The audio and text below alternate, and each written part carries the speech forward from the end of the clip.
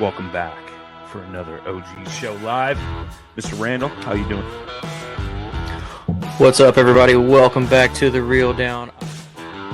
Welcome back to another episode of Bass Fishing for News. Hi, boys and girls. Welcome to once again the Bass Kayak Beers. Brother, this is the final cast. Another segment of Chasing the Tide, your saltwater connection on the paddle and fin. Welcome back, everyone. Another episode of Feather and Fur. Your host, Brad. Welcome back to the Mindset Podcast. I'm your host, Crystal. Hey, welcome back to Off the Water.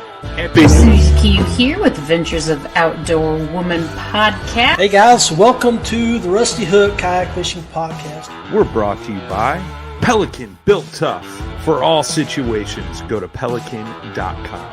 Eastport Marina on the beautiful shores of Dale Hollow Lake. For all your lodging, kayaking, go to eastport.info. Yak Gadget for all your fine kayak fishing accessory needs. Go to yakgadget.com. What's up, guys? Welcome back to the final cast. I'm your host, Brad. I'm Matt. Matt, you look like Kenny from South Park. Well, let's change that so I don't die. Oh, man, what's going on? Not a whole lot, dude. I get so annoyed every time I come down, like in my basement, to do these shows. And it's not because we're doing the show. Like, people out there don't think, oh, Matt doesn't even want to do a show anymore. Shut up. No, it's because I have so much crap down here that I forget I have. Yeah. That, like, I'm like, I really wish I would have had that, like, Thursday when I went fishing. I did. Yeah, before we started the show, Matt was sitting here. He was like, dude, I forgot I had my line box down here, so I'm putting line in it real quick. Yeah, I literally just filled this up and all the packaging's there and stuff. I was like, dude, I forgot. I bought this last week. I was like, I forgot I even bought this. So don't be like me. Stay on top of your stuff and use the new stuff because I don't know. I don't know. We need to add that to a show because that'd be an interesting review episode. That box. Oh yeah, dude, I already like it. Just putting the spools in there. We'll save it for a show, but it's pretty dope. So I have like 2 or 3 more spools I got to put in there, and I'm pretty pumped about it. Yeah. So we are brought to you by Dark Horse Tackle, your monthly subscription box, made in the USA, hand painted, handcrafted, hand poured. Use paddle20 at checkout to get 20% off your first monthly subscription. So, with that said, Matt has some more exciting news that he wants to share. I do, and I'm super pumped about this. So, as our regular listeners know, we had a really long episode about Nikko Baits, and it's a product that me and Brad started using, I don't know, about a month before Nikko came on. Yeah. And, I mean, I fell in love immediately. I know Brad really likes the baits. They're super tough, super durable. I like the leeches. Those things are awesome.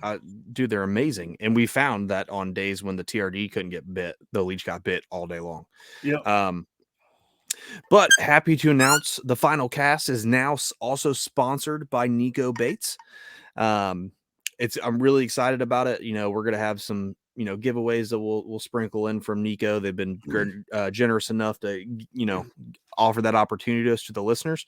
So it'll just be little things like that. Super pumped. And their baits, I tell you what, I mean, this is, again, like we've talked about in the past, it's something that we've used before and we've liked. So we pursued the arrangement with them. It wasn't, he offered it to us. It was us asking, hey, do you want to be a sponsor? For the simple fact that we believe in the baits. Same reason why you have Yak Gadget, Jig Masters on for paddle and fin, and Dark Horse for our show. We're just welcoming Nikko into the fold, and I'm super pumped.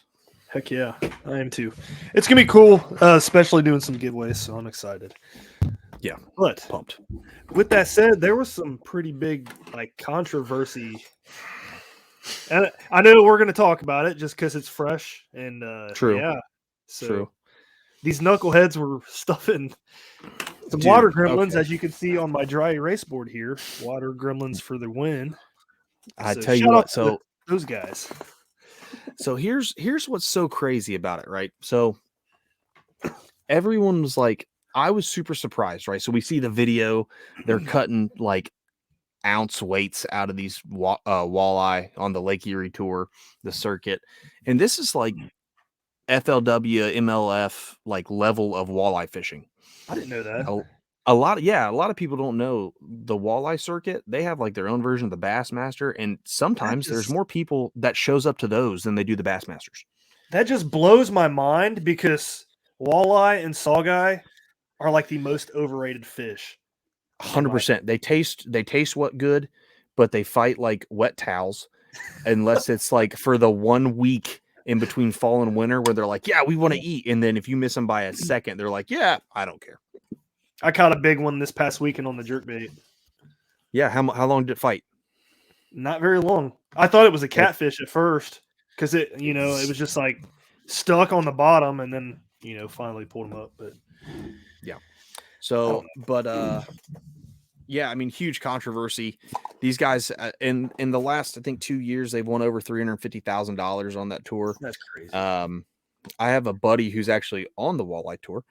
And I reached out to him and I was asking him when it was fresh. Cause I'm to the point now, like every time I see it, I'm like, okay, this is annoying. I'm annoyed now. Like I don't want to see it anymore. And I think it was Mike Iaconelli. No, it wasn't. It was Brian Latimer made a post. He's like, it's crazy how much media the cheaters got, but no one talks about the winners. Yeah, because there's really no winner because the cheaters cheated.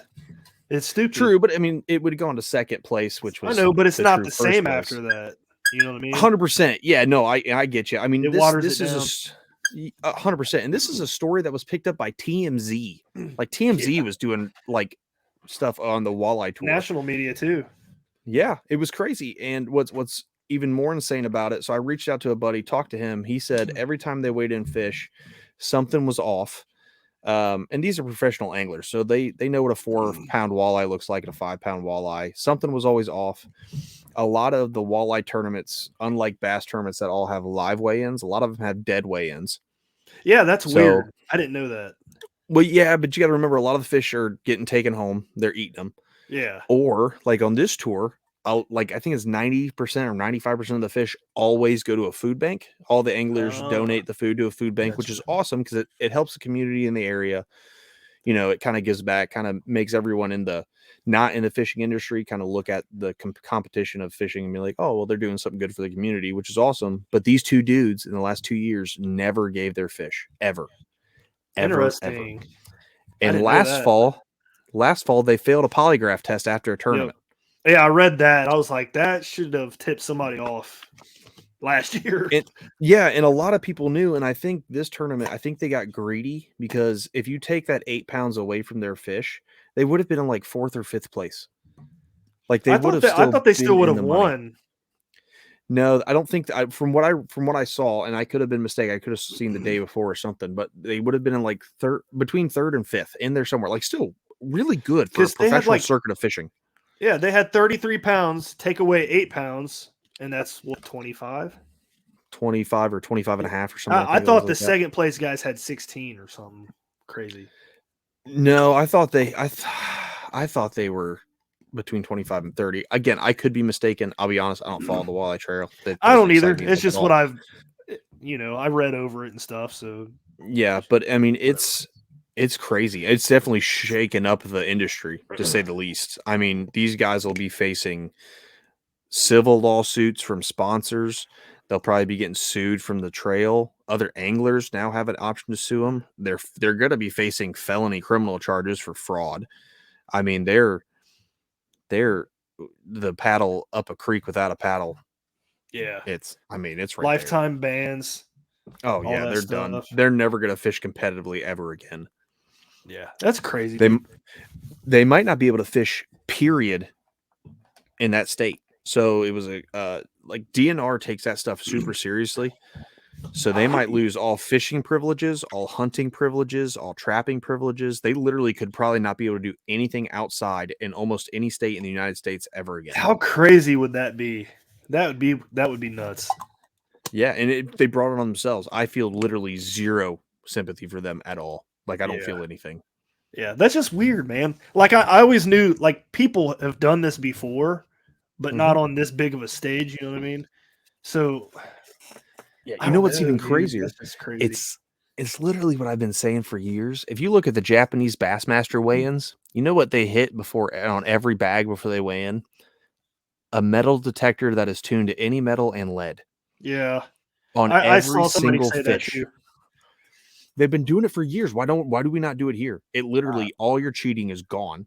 Like you can't cheat any other way. I guess other than if you're stuffing like food down their mouth. Because they had fish fillets. If you put, I don't know, you get one of those party bags of Doritos, crush them up, and start shoving them down the mouth or something. I guess you get an extra pound. But I saw them eating the Doritos we spilled in the water. I swear. Yeah.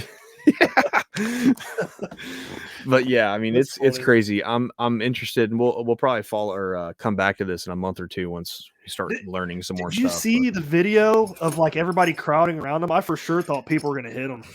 I thought he was going to get cold cocked when he was standing there. Like when they started cutting him out, I thought somebody was going to come out behind him and hit him in the back of the head. And I was like, oh no, this is going to turn into a cheating scandal to a manslaughter scandal because this dude got bonked. The tournament director did a great job, though. I don't know if you noticed what he said. He said, I don't want anybody to touch these guys. We're calling the police and they're escorting them out of here. I was like, that's a good tournament director right there. Oh yeah. I mean, he definitely, he took charge of the situation, which was definitely what was needed in the situation. I don't know. It's so crazy to think about. Like, it's just insane. It's crazy, man. I don't know. It's, like, can you imagine if we were, let's say we were like, let's say you were on the Bassmaster and you're going and somehow someone cheated for 2 years and you finally caught them and all that money, like you go back and look, well, if they didn't have that, I would have won that tournament instead of being second. Like all the money you lose, you know what I mean? Yeah. It's insane. It's just, I feel for the dudes in that circuit who got screwed. Yeah. So, but it is what it is, I guess. Yep, they'll get in trouble. So, they'll get they're done. Their lives are over. So, well, I figure we talk a little bit about that just because everybody's been talking about it and be talking about. So, don't be an idiot. Yeah, don't be. If you're going out and fish competition, I had a conversation with another guy who fishes a lot of boat tournaments I work with. You're going to have days where you just suck. That's just how it is. It's fishing. Like you're going to go out and you're going to be in a tournament and not catch any fish or catch a small limit or not catch a limit and catch 2 fish. It happens. You learn from those events. Shut up. I hate you. You learn from your mistakes and you take those to become a better angler, not cheat your way to win, no matter what you're doing in life. There's no shortcuts. And if there is a shortcut, 9 times out of 10, you have no morals when you take them. You're cheating or you're stealing something. So don't do that. Be smart. Use common sense. I was going to bring this up. One last thing on this topic, then we'll stop. Do you think this will bring more light to like CPR tournaments? In the short term, yes. I don't know about long term. I don't think it will, just because those weight tournaments, those guys seem to look down on CPR. You know what I mean? Yeah. I don't know. I don't think they'll ever change to CPR for stuff like that, though. I don't think they will. And the big reason why I don't think they will is for the simple fact that a lot of people it's hard because there's been, obviously, we've either been in or we know of tournaments where people have modified catch boards or modified hog troughs and cheated. Ben Gate. Yeah. I mean, it happens. So they'll just use that except, well, in CPRs, they cheat anyway.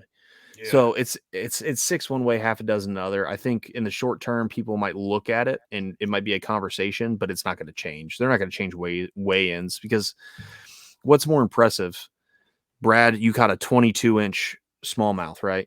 Oh, that's insane. It's the best fish ever. I come in a tournament, I caught a 7.5 pound smallmouth. People are going to say 7.5 pounds.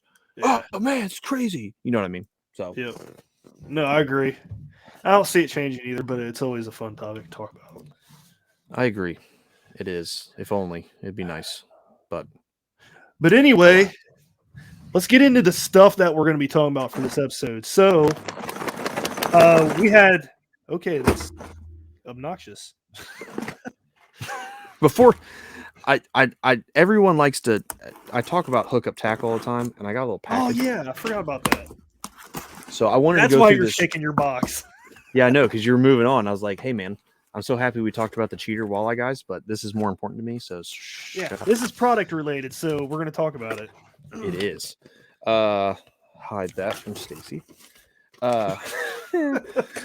Okay, so I got a bunch of stuff. So first I'll start. I got them in an 1/8 and a 16th. Hopefully the light's not stupid, but the owner blockheads. What And are those, they're EWGs? They're EWG Ned heads. So I can comfortably throw anything I want in the river ever. And I got extras because I'm still going to lose stuff. It's just how it goes. How much were they? But I've heard of $5.99 a pop. That's not bad. They were not cheap. They were not bad, but also not super cheap. How many you get? I got 3 of the 16th and 2 of the 8th. Well, how many comes in a pack? I meant. Oh, 4 per pack. So I mean, I got that's pretty good. It's like Z-Man. Actually, yeah, I actually forgot. I got 2 of the 16th. I got a 3/16 ounce, and then I got 2 of the 8ths. So I'm kind of covered on most weights. Pretty light wire hook. Yes, very light wire hook, which is another reason why I wanted it. It's not like super needlepoint light wire, but it's kind of in the middle. Okay. It's in that middle ground where I can still really set the hook and go through the bait, but you know, it's not so light wire it's gonna pop through the bait every single like cast or pop or anything. So yeah, sweet. Got those, pumped with those. I got something that Brad's been talking about, and I only got it because he brought it up. I got the Shower Blow 77.7. Oh, you got the 77. Yeah. Yeah, which is a little tiny guy. That's a 3-incher. That is a 3-incher. It's a 3-inch. It's like a spook slash. It's not really a popper. I mean, it is, but it's like more spook like popper hybrid. Yes, exactly. You can Easy pop to it walk. like a popper too. Yeah, super easy to walk. Fantastic bait. Evergreen. It's JDM. I love them. Next, I also got a Shower Blow 150. Ooh, big boy.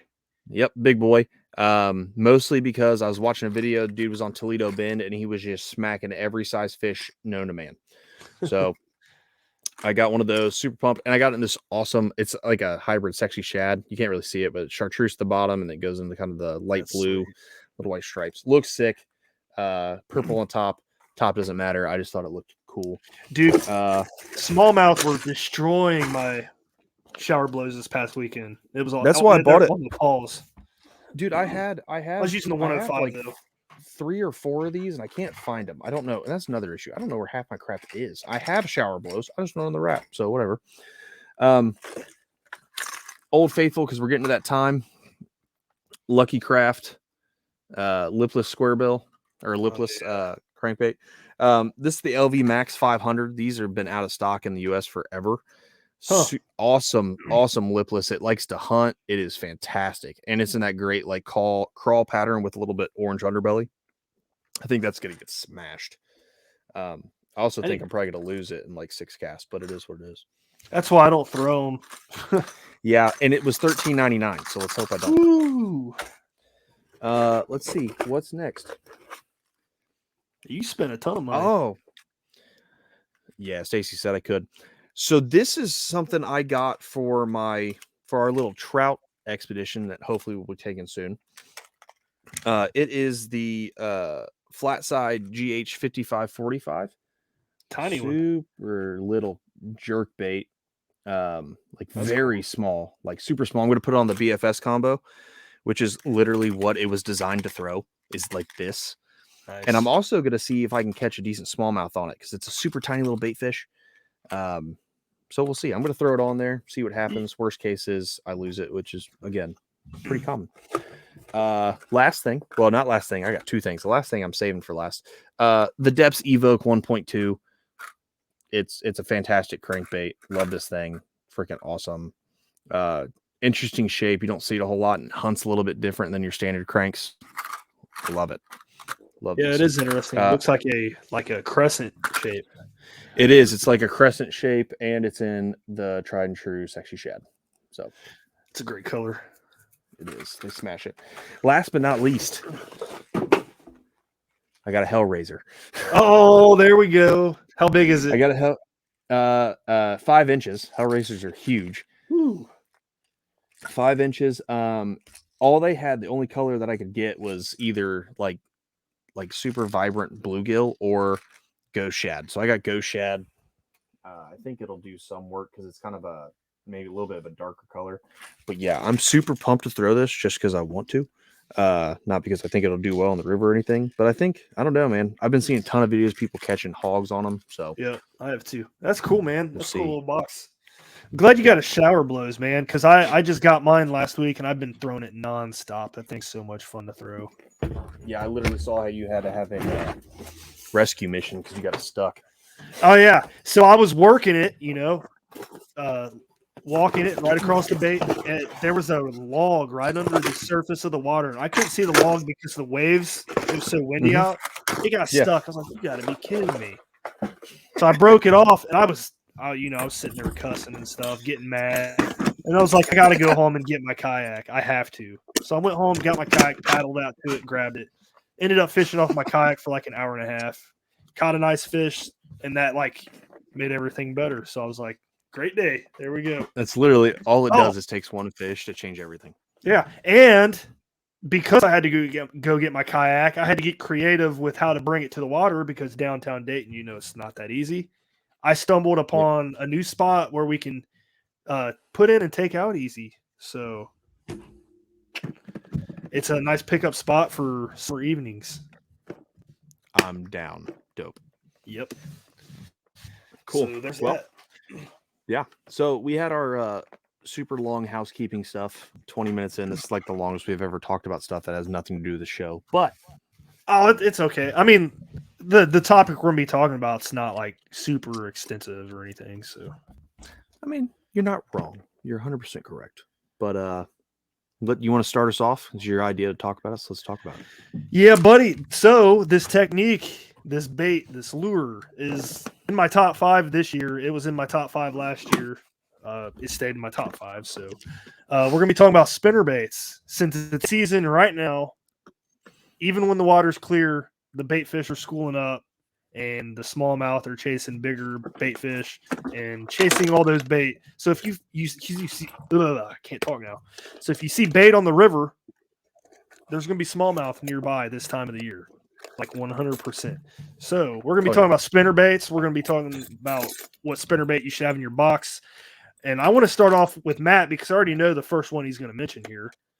And I'm curious about this spinnerbait because I was talking about this spinnerbait with somebody else recently. So I know you're going to mention Megabass right off the bat. So let's just hear. How'd you know? I just know, man. I do got to say, though, these spinnerbaits, they look sweet. The guy I was talking to said the blades are really thin, but the weight in the head makes up for it.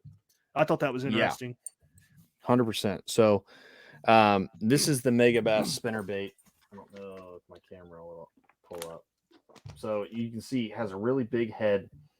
These blades, like Brad said, are super thin. They thump the water great, though. And that head has a short shank hook. So there's one of 2 issues with this. The only issues I've ever found, I've caught tons of fish on them. I love throwing them. But I do get short striked a ton. I will throw a trailer hook mostly because if you can see this skirt, it's got the skirt and it's got these little, it's a little longer flipper flappers. Yep. Yeah, they're like actual plastic. It's not really skirt material. Oh, okay. So you can run this without a trailer, which I've done because these kind of flow in the water a little bit. So you kind of have a built-in trailer, but I'll throw a trailer on here and then I'll throw a trailer hook at the bottom because it comes right basically at the edge of these. So when they're hitting these, they get on that trailer hook and it's awesome. Super sharp hook. I have the little, I put the little guard back on it every time because it's sharper than snot.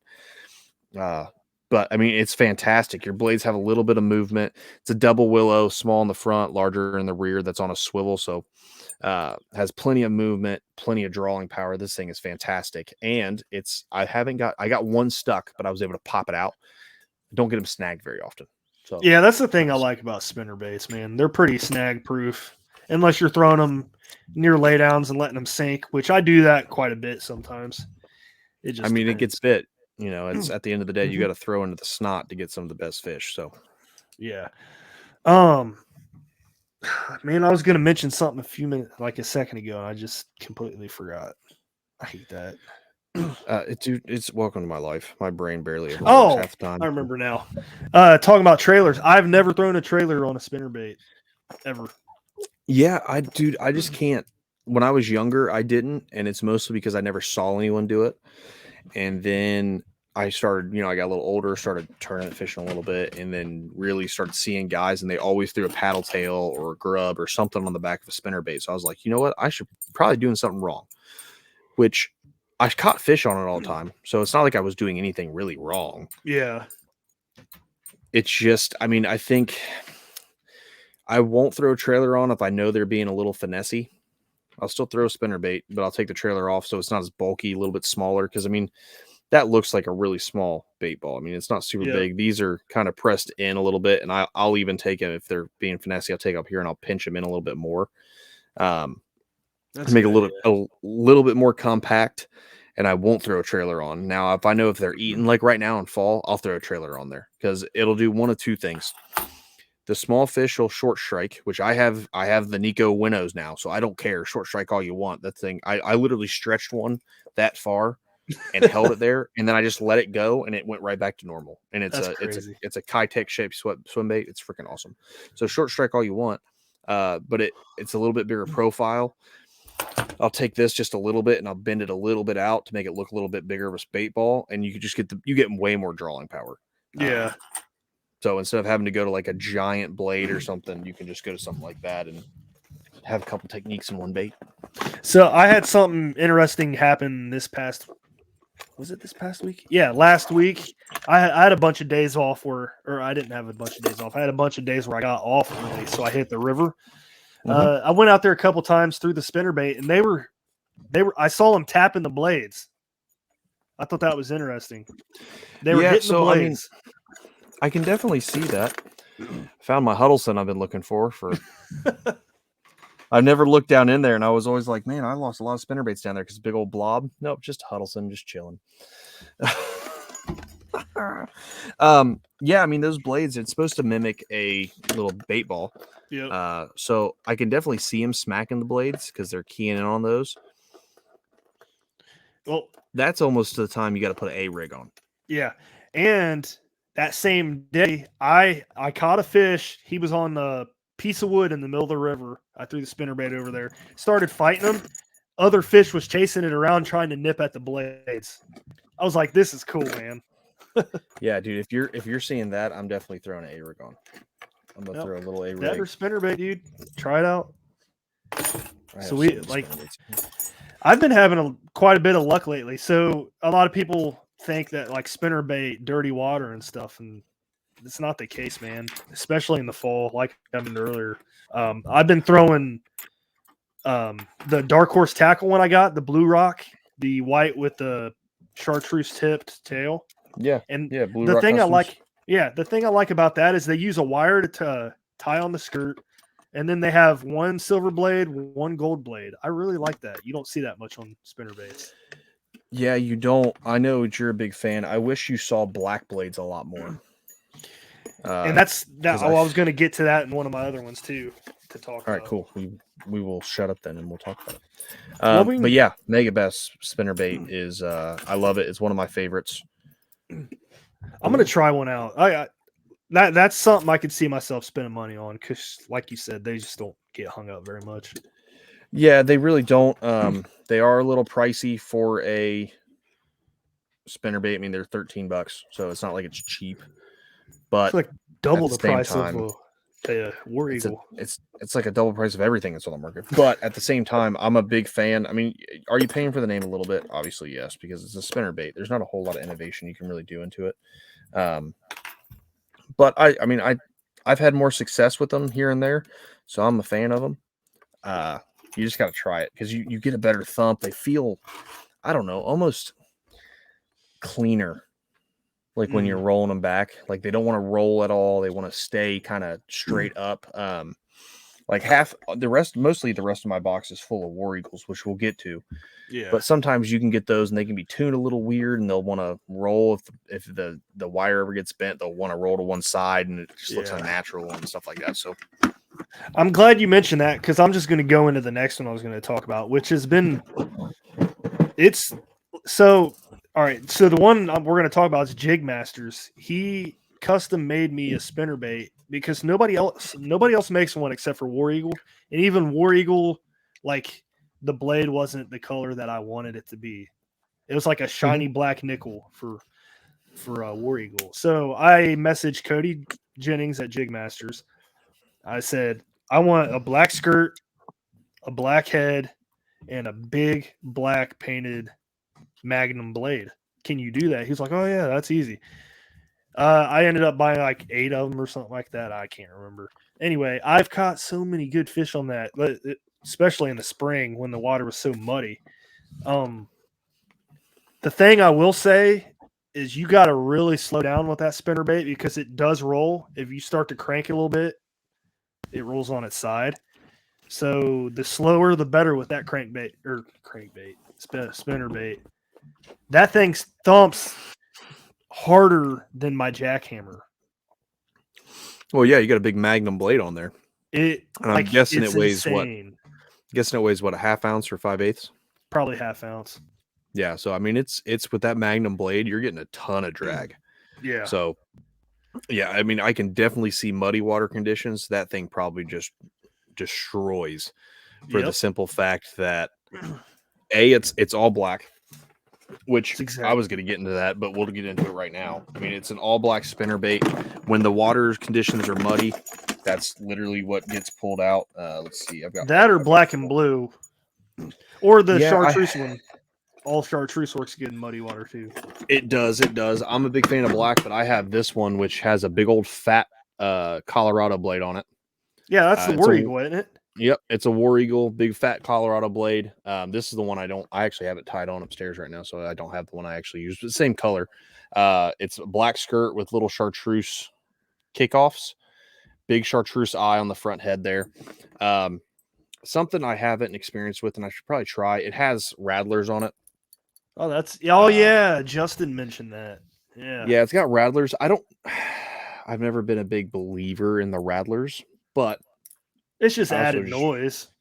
I know, and I also just rip them off. So maybe I'll try this one. I'll leave the one I have upstairs that's ripped off and then have this one on a different rod and try it and see if it makes any difference. But black, in my opinion, all chartreuse is good, but all chartreuse you can pretty much throw almost any time. They just I don't know, they hate chartreuse and they just hit it all the time. But all black for muddy water situations is fantastic because it shows a big profile on the water. Get you one with a big old blade. This has a black blade on it. It's kind of that shiny black though, kind of like it's not really matte. It shines, but it thumps really hard. Big profile. It gives the fish in the water clarity when it's real low. It gives the fish something to see and just hone right in on and hit. So that's definitely one. One you have to have in the box is an all black spinnerbait. In my opinion, you just have to have it. Nobody, like, I had a hard time finding anybody that made one. Like, I didn't know War Eagle made that. I never saw it in the store, so that's why I had Jig Masters custom make me one. But I'm glad I did because I had the first time I brought it out there, I had an 87-inch day on it. There you go. I mean, and spinnerbaits are so fun to fish because it's you power fish. Even if it's just power fishing, and you're power fishing. If they're wanting it, you're gonna get hit on it pretty much all day, and they hit it hard. It's like fishing a jackhammer, but it's bigger, so the fight almost seems better because the way it's pulling the line. I don't know. I'm just a huge fan of it. I have more confidence in the spinnerbait than I do the jackhammer on the river. On the river, yeah. The only times we really ever do well on the jackhammer if the water's like super muddy. Yeah, and it's. Because when it was really muddy earlier this year, we were throwing spinnerbaits and we weren't really getting hit, but we were throwing jackhammers on wood. So I think maybe it was a smaller profile. Yeah. Maybe that's just what they wanted. I don't know. Like you like to point out all the time, bass don't read the same articles we do. So that's just my favorite quote that Glenn Young said last time he was on our show. Yeah. I just thought that was it was funny. And it's true. I mean, Glenn, he was right on the money with it because it's true. Who knows? Like, I'll go out there and be like, "There's fish on that," and then I don't catch anything. It's like, that's stupid. There's a fish there, and you'll go by and like, maybe there's not, and you just go right by. And I was like, well, that's dumb. They should be there. And then you'll catch a smallmouth out of like a mud hole, like that. Which is, yeah, man. I remember we caught what we were on a rock face and we caught like 15 fish between us, and then we kept going. It was muddy, and then we started catching more fish. And I was like, "There shouldn't be here. It's literally a soot bottom. This is stupid." Yeah. So it's weird. I don't know. It is, but it is what it is. So, but yeah, black spinnerbait, man. That's been choice. There we go. Choice. That has been choice. Let's get into the War Eagles, because this is another one of my favorites. Actually, I learned of this spinnerbait from Mike Teach. He has coined the phrase disco lemonade here in Ohio. And what that is a chartreuse spinnerbait, chartreuse head, and chartreuse painted blades. And he says to throw that whenever water's muddy. Yep, right there it is. The one I use, it has 2 willow blades, though. So, yeah, I've got one, but the blades aren't painted. When I'm fishing dirty water, I really, really, really want my blades to match the skirt. I don't know how you are, but that's just how I am. That's what I look for. I'll say it's nice. I've never noticed a catch rate difference when my blades match. I'm a big fan of what War Eagle does with their mismatch blades, to where they have a silver and a bronze. I'm a fan, or copper, or whatever. It's bronze or gold. It's gold. It's not bronze. It's gold. I'm a huge fan of that, to where it's different, because it's something a little bit different. I like spinner baits that are, because everyone has a spinner bait that is on the same picture of the angler with the whopper plopper, the oversized Columbia hat, the PFG sun shirt, the Ned rig, and then there's going to be a spinner bait there. Everyone's got one, so I want my spinner baits to be somewhat of a little bit of a difference, just to set it apart. It could be really close, but even just subtle differences will set it apart. Yeah, I agree when it's clear water, but when I'm fishing muddy water, dude, I gotta have the blades match the skirt. That's just me. I won't use silver or gold blades when it's muddy. And it really might be a confidence thing, but I could also see colored blades are gonna show a little bit darker in the water, so I can definitely see that. Yeah. So, but I don't know, man. I have been throwing the War Eagle white spinnerbait with gold blades lately, and it's been getting hammered. White is always a good choice, whether you're throwing a spinnerbait, jackhammer, buzz bait with a white skirt, a white swim bait on a jig head. White is a pretty universal color around the country. I've never not caught fish on it. Anywhere. Like if I throw white, you're gonna get bit eventually, and then because so much of their natural forage, especially if they forage on bait fish and stuff, are a white color or a silver color, so they smash it. Like this one last year got destroyed for me, which is it's almost like a silver skirt with little blue flakes. Yeah. But yeah, this one got destroyed for me last year, and it mimics the bait fish pretty close. So. But also, it's different enough for them to say, "It's weird. I want it in my mouth." So yeah. Oh, use the settings here on StreamYard. I was going to share my screen. Here's the blade or spinnerbait I've been using lately. It just looks cool. Like it's gold head, gold hook, gold wire, gold blades. Yeah, the gold wire. I've never seen that. That's pretty dope. Yeah, it's a sweet spinnerbait. Where literally, the whole thing matches. That's pretty sick. I like that. Yeah, and then it has little shots of gold here in the skirt. You can see. Not much, just a little bit. That's a good put together, and they have a 1/4 ounce. I'm a fan of that too. Yeah, I end up going with 1/2 ounce. I like to slow roll my spinnerbaits. So yeah, I mean you definitely can. I like the finesse, that's what we'll get into next. But I have some of the War Eagle finesse spinnerbaits.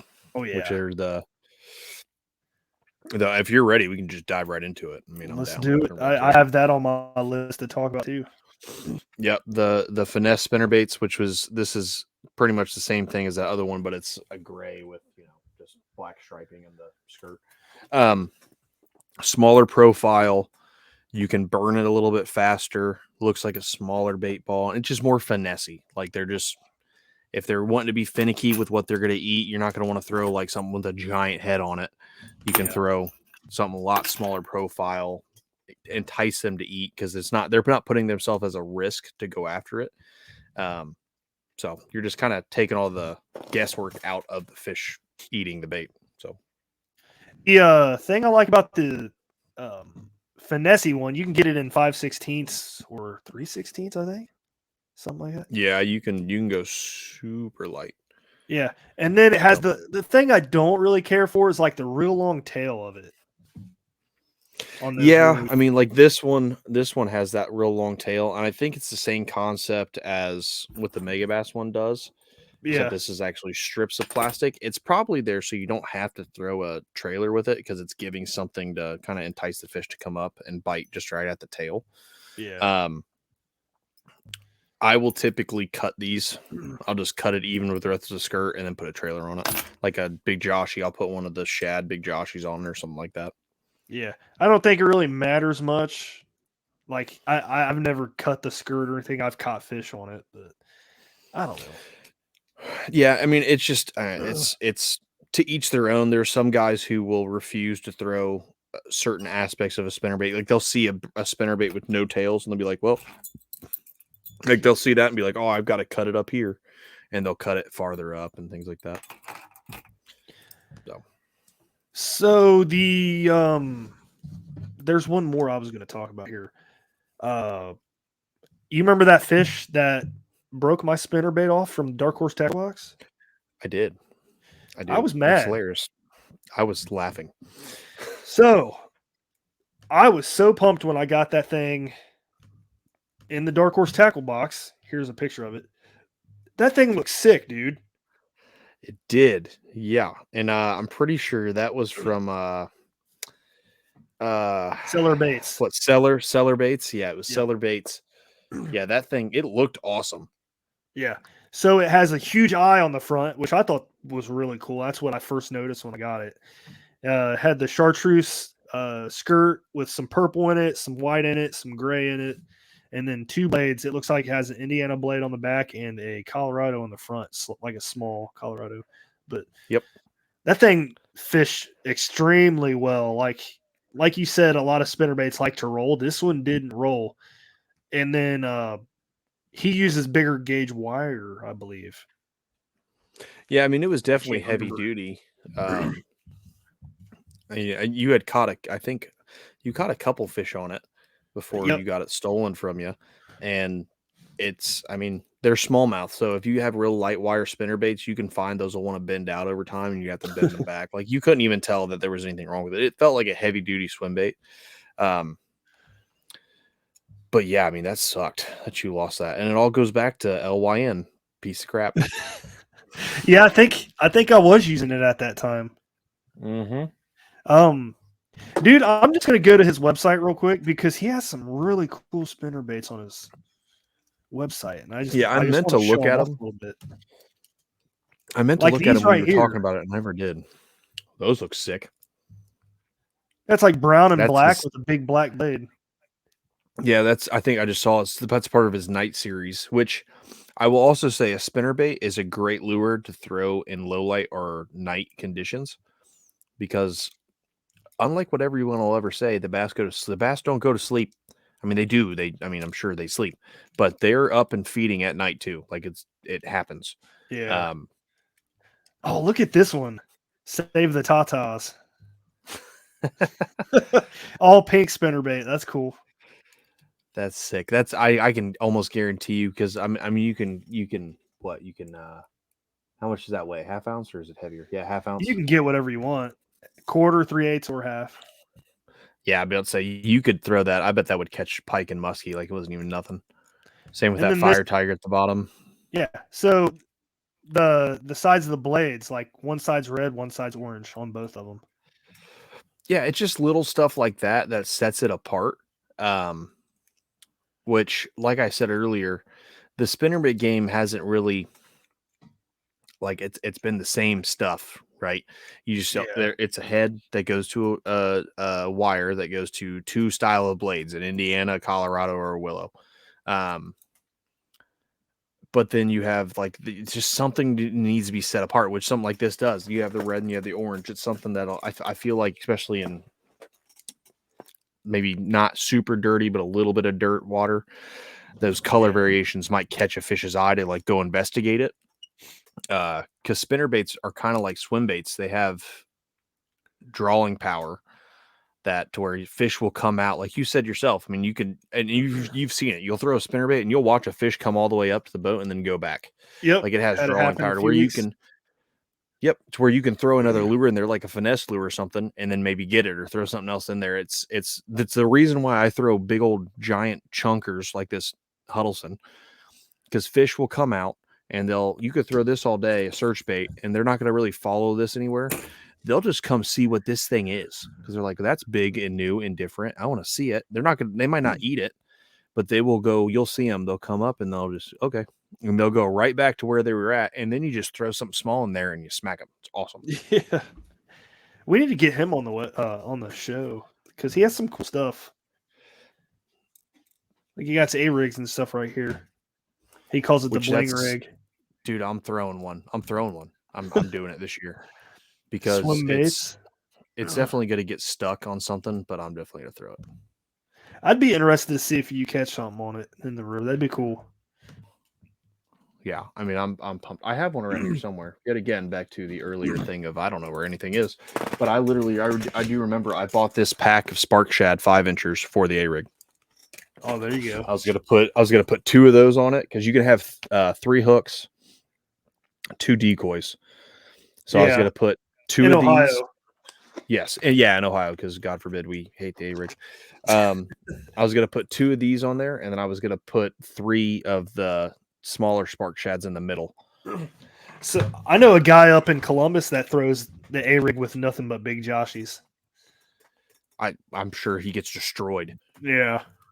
Yeah. I mean, that was cool. Yeah, that would be like I would do that, but I can only get Joshies in one place, and I don't feel like having to have to go back and get them all the time. So yeah. Just my 2 cents. But yeah, honorable mention. I've caught fish on it. It's not really a spinnerbait, but it's kind of the same concept of one. It's the live target bait ball. Oh yeah, I consider that a spinnerbait type. Yeah, I mean it's got a willow in the middle. It's got these 3 little decoy plastics in the top, and then it has your main plastic here at the bottom. Not terrible because it mimics a bait ball like fantastic. These little top baits will sometimes get all flustered and ruin the whole retrieve. So that's kind of annoying. And then you can find custom jobs. Like I found this. This was actually a bait company that was local to us that didn't work out very well. But it's a double, and I've caught fish on this. I caught them last year. And this thing, when you talk about drawing power, it's got 4 large willows, not magnums, but pretty close, that have full range of motion for the front ones. So when you cast it, it casts out and it stays. And then I mean, this thing thumps in the water. Is that a 153? Yeah. Oh, okay. I didn't know he made that. Yeah. Well, it never hit to where he was selling them. He made like 2, and I got one of them. And I threw this. I went down to my brother-in-law's wedding, was throwing it in just a lake, and I was getting smashed on it. It was insane. That's awesome. Yeah. So there's plenty of variation out there. Definitely what I could say when it comes to spinnerbaits, a lot of them are the same, but there's little things that you'll find that make a bait. Like why I like Megabass so much on these willows, they have little dimples that are put in the blades, and those blades will move a little bit different. Oh, yeah, which is nice. I've seen that on like the older models, like back in the 90s. Yeah, it's just something to make it different. That's all it is. All I want in a bait is to have confidence in it. Like I'm not throwing something completely new, but be different enough to where it's like, oh, well, the fish sees it and they're like, oh, that's a little bit different, because fish aren't stupid. They figure out if you throw this, if everyone throws this bait and all the fish get caught and get put back, they're going to eventually say that's not food. Yeah. That's bad. So you just got to switch it up enough to get them to be curious and eat it. Yeah, I agree with that. Oh, there was one topic regarding spinnerbaits that I was going to mention. So, are you an R-bend guy or do you like the twist? Where the line I like the twist. I prefer the twist, should I say, but it's hard. There's not a whole lot of spinnerbaits on the market that do the twist. Almost all of them are R-bend. Even Megabass they're an R-bend. Yeah. One thing that I actually got, Stacy, my wife, bought it for me. I don't throw a lot of their stuff, but it's a Guggen swim bait, which, whatever, it is what it is. Like I said, it's a swim bait. This will catch fish all day long. This is in a bluegill pattern. It's got a little small Colorado and then a larger willow. But they have these little rubber bands at the R bend. So with that rubber band at the R bend, I have more confidence in my tie staying there, because sometimes that tie will run all the way down to the head or something, and it won't work out. So I actually went out and I went on Amazon. And I found little not retainer, but braces rubber bands. Yeah, I bought the smallest ones I can get, and I put them on my R bends, just like so. It literally will mimic that. Oh, that's cool. So it keeps your line from wanting to go everywhere, especially Yeah. when you're tying like in a kayak or something. You're having to, like with me pedaling, I'm having to like continue to pedal to keep my spot. So that line will move, and then I get frustrated and annoyed, and I start saying loud things on the river. So I can't believe more companies don't do that twist. Like, I've only ever had a few spinnerbaits that have done that. I prefer the twist too, for the reasons you mentioned. But I think if you go to Fisherman's Headquarters downtown Dayton, I believe there's a brand that they sell that twist them and make some good ones too. yeah, I think it's a homegrown brand, which is fine. Have you ever noticed like the twists having different action or anything? I know. Never. Yeah, I've never noticed one wanting to turn more or anything like that. It's always, I mean, it's if anything, it's just nicer. Like, just, I don't know. It's just me. So, growing up, the spinnerbait and the crankbait were like the two baits that I fished with when I was younger. And so because it's like they're easy. Yeah. Like you just cast and retrieve, and even if you don't catch anything, you're not so like bored so quickly. Yeah. Like you can just keep throwing it and throwing it and throwing it and like 5 or 10 minutes later, like 10, 15 minutes later, you're like, okay, now I'm bored, because your arm's getting tired. But yeah, you should see the heads of my spinnerbaits when I'm fishing them on the river. Like after like 20 minutes of slow rolling them, like the paint's all gone.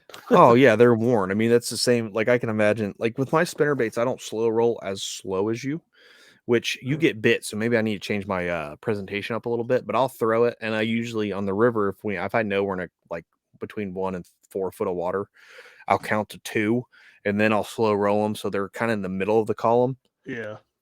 Mostly because when the water's clear enough and I can sight fish, which sight fishing a smallmouth is like the best thing in the world. Dude, I'm weird because I hate sight fishing. I would be surprised. I mean, I was just talking to somebody about that on Instagram this past week. You say that though. You say, "Oh, I want to be surprised." But that one day at the little southern pond we went to, we were sight fishing, and we both caught like 15 fish on a wacky rig, and we were having a blast. Well, yeah, we saw them eating the wacky rig, just throw it in front of their face. And it was awesome. Like shut up. Sight fishing is so fun. I tend to like rip my bait away quicker when I see it happen though. So when I first started sight fishing, because down south when I was like in the Marine Corps and stuff, I would be around for big spawns, right? And largemouth spawn, and you can sight fish them because they go up shallow, and it's awesome.